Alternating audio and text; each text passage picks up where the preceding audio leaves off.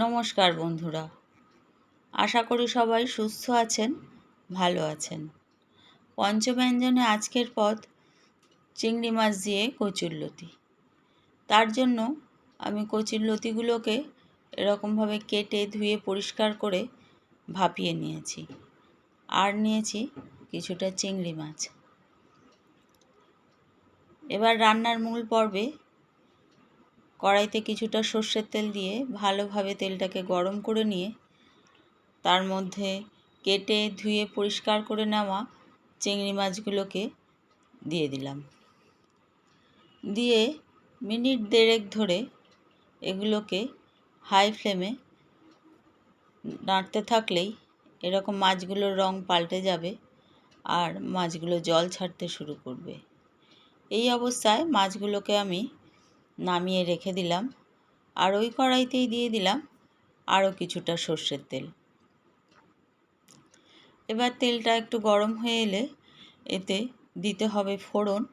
ফোড়নে দেব দুটো শুকনো লঙ্কা আর 4টে চেরা কাঁচা লঙ্কা, আর দেব একটু কালো জিরে।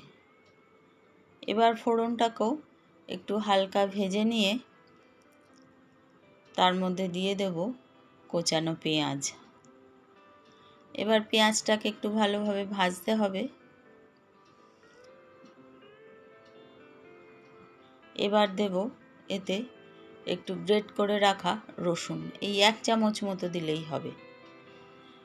এবার পেঁয়াজ আর রসুনটাকে ভালোভাবে ভেজে নিতে হবে যতক্ষণ না এদের কাঁচা গন্ধটা চলে যায়। ভালোভাবে আমার রসুন আর পেঁয়াজ ভাজা হয়ে গেছে। এবার এতে দিয়ে দেব ভাপিয়ে নেওয়া কচুরলতিটা। এই কচুরলতি ভাপানোটা আমার পুরনো নিরামিষ যে কচুরলতির ভিডিওটা আছে তাতে দেওয়া আছে।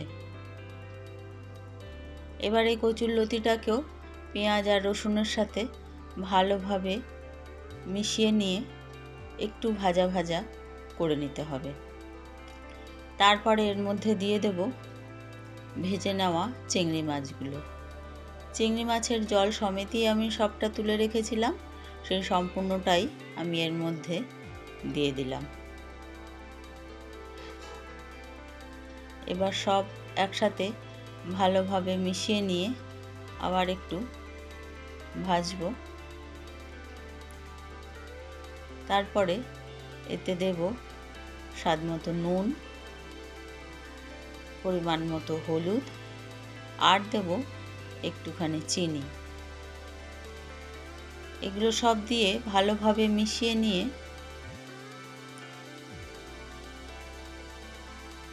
একটু ভালোভাবে কষাতে হবে। তারপরে একটু কষিয়ে নিয়ে এতে দিতে হবে সর্ষে বাটা। এই সর্ষে বাটার রেশিওটাও আমার পুরনো নিরামিষ কচুরলতির ভিডিওতে আছে। এর মধ্যে আছে সাদা সর্ষে, কালো সর্ষে, টমেটো আর কাঁচা লঙ্কা, আর সামান্য একটু নুন দিয়ে বাটা আছে এটা। এটাকে ভালোভাবে একসাথে মিশিয়ে নিয়ে ভালোভাবে কষাতে থাকতে হবে। তারপরে এর মধ্যে দিয়ে দেব মিক্সির বাটি ধোয়া একটু জল। এবার ফ্লেমটাকে গ্যাসের একটু বাড়িয়ে দিয়ে এটাকে ভালো করে নাড়িয়ে চাড়িয়ে মিশিয়ে নিয়ে নুনটাকে চেক করে নিতে হবে। এই সময় আমার এখানে একটু লোডশেডিং হয়ে গেছে বলে দেখতে হয়তো একটু অসুবিধা হচ্ছে। আমার একটু নুনটা কম ছিল, আর একটু নুন আমার দিতে হলো, এখানে অ্যাড করতে হলো। এবার এই নুনটাকেও ভালোভাবে মিশিয়ে নিয়ে আমি ঢাকনা চাপা দিয়ে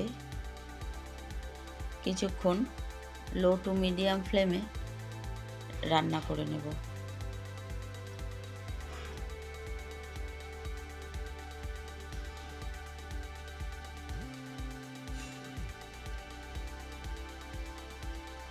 মোটামুটি সব কচুরলতি মাছ সেদ্ধ হয়েই এসেছে।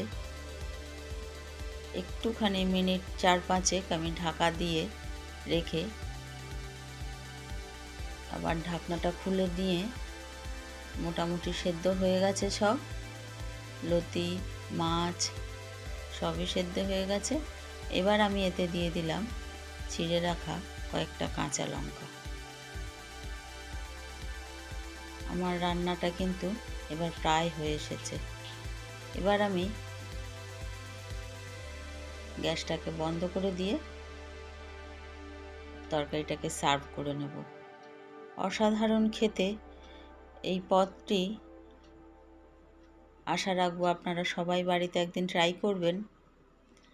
আর পাশে থাকার অনুরোধ রেখে আজকের মতো তবে বিদায় নিলাম। নমস্কার।